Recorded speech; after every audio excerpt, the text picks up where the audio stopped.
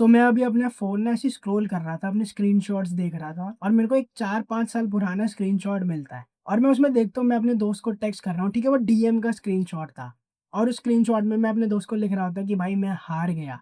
मैं तुम्हें थोड़ा-सा कॉन्टेक्स्ट देता हूँ, हुआ क्या था, मैंने अपनी क्रश की स्टोरी देखी थी, उसने अपने न्यू बॉयफ्रेंड के साथ स्टोरी ऐड बैक करी हुई थी बेसिकली उसके साथ स्टोरी डाली हुई थी।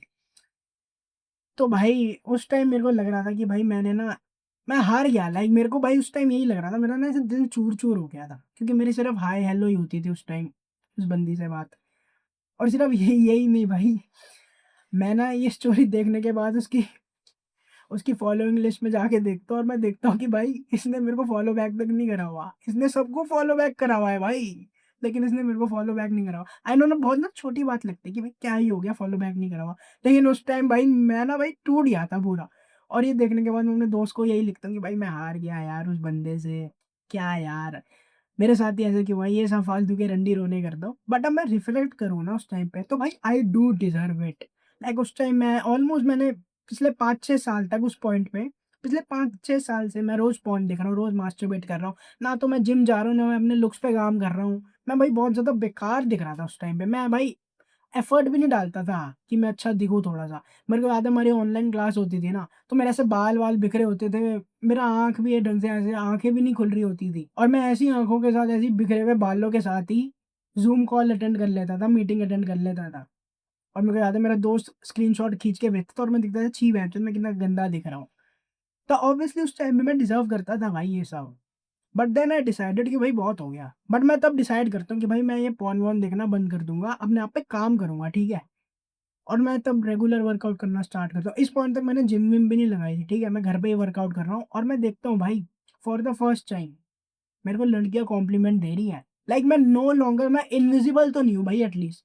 हाँ, ठीक है, मैं आगे जाके फक अप कर दे रहा था उस टाइम पे, लेकिन मैं इनविजिबल नहीं था लड़कियों के लिए। फॉर द फर्स्ट टाइम लड़कियाँ मेरे को देख रही है। मैं बात-वात कर रहा हूँ, मेरी 1-2 फ्रेंड है इस टाइम तक लड़कियाँ और मैं देख रहा हूँ भाई कि हाँ, ठीक है भाई कुछ कुछ तो हुआ। हाँ, ठीक है भाई, हाँ, मेरी कोई गर्लफ्रेंड नहीं है, लेकिन भाई कुछ तो मेरे को दिख रहा है कि इम्प्रूवमेंट हो रही है।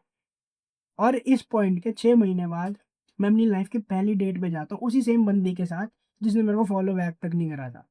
और इस पॉइंट के ऑलमोस्ट 4 महीने बाद ये वाली स्टोरी मैंने तुम्हें कभी बताई नहीं है शायद। मैं एक इवेंट में जाता हूँ अपने स्कूल के और उस टाइम मेरे को इतनी सुंदर बंदी मिलती है ना, लाइक वो हमारे स्कूल की थी भी नहीं, ठीक है? तो मैं ना अपने दोस्त का वेट कर रहा था कि जो एंट्री के पास थे ना, वो उस बंदे के पास थे। तो मैं उसको फ़ोन कर रहा हूँ कि भैंचोद कहाँ है यार तू? मैं यहाँ पे सब लोग अंदर जा रहे हैं और मैं पागलों की तरह गेट के बाहर खड़ा हूँ। वो कहता है भाई आ गया बस स्कूटी लगा ही रहा हूँ, वहाँ पार्किंग पे आ गया बस। और मैं उसका वेट करता हूँ और मैं एक बारी देखता हूँ कि भाई एक बंदी मेरे को देख रही है and she was fucking cute और मैं सीधा जाता हूँ उससे बात कर लेता हूँ।